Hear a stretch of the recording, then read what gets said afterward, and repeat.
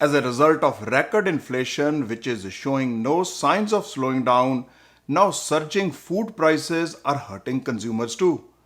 Let's explore in this video about food inflation in Canada, its effect on day to day expenses for most of us, how some of the more financially challenged ones are coping with it, change in spending habit of people because of that, and at the end, my perspective about it. Hi, my name is Sunny, and I make content that affect a common man financially. So let's dive into today's topic: food prices. Oh my god.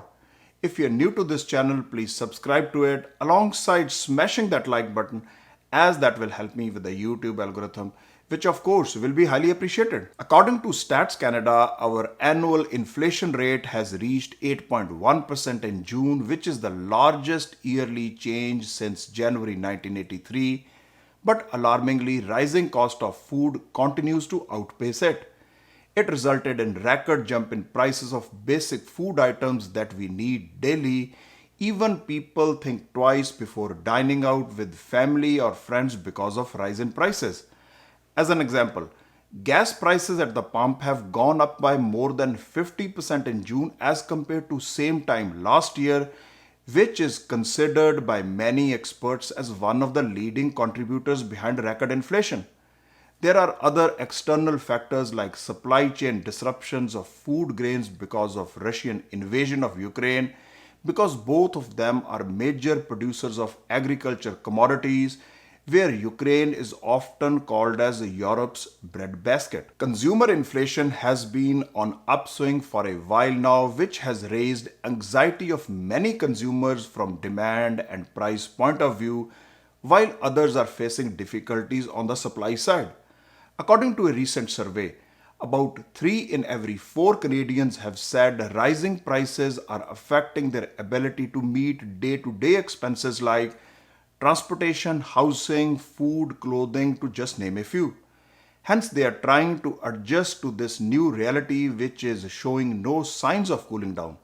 Fresh fruit and meat is up 10%, milk and vegetables are up almost 8%, and to make matters worse, transportation is up more than 30% according to this recent survey. We all are in different financial positions in our lives. Hence, with food inflation going out of control, less privileged ones often faces disproportionate effects. According to Food Banks Canada, the need for and use of food banks have jumped by almost 20% nationwide in the recent times. 1 out of every 5 Canadians expect they are likely to obtain food or meals from community organizations in the next 6 months.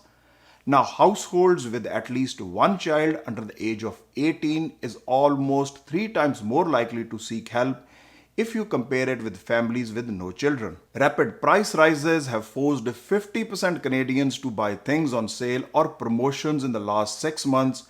47% are buying cheaper alternatives or brands, whereas 40% have delayed making a purchase altogether as per the latest survey. Whereas in some extreme cases, more financially challenged families had to borrow from friends and relatives or even take bank loans to meet their day to day expenses.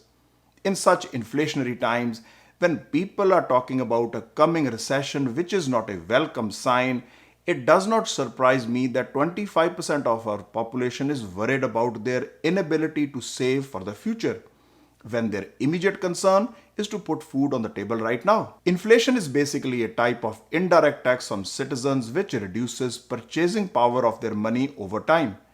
In order to control it, central bank will have to increase their benchmark rate, which historically has led to recessions after such a move. Now, it will affect disproportionately who are financially more challenged, because on top of paying higher prices for commodities that they need to run their day-to-day life, fear of job losses if and when a recession comes also comes into play. In the end, you need to understand these times of boom and bust in our economy has always been there, even if you go back in history to check it. Now, the trick is to get yourself ready when the times are good. That is exactly the reason why financial advisors have always stated You should have at least 9 to 12 months of your living expenses set aside just in case your financial situation changes. The reason could be inflation, recession, or any other form of financial emergency. But that is me, I might be wrong. Do your own due diligence before investing based on your risk tolerance. As a disclaimer, I'm not a financial advisor. Please consult one before investing based on your personal financial situation. If you like the content that I make, please help me and my channel by liking, sharing, and subscribing to it. Thanks for watching and see you in the next one.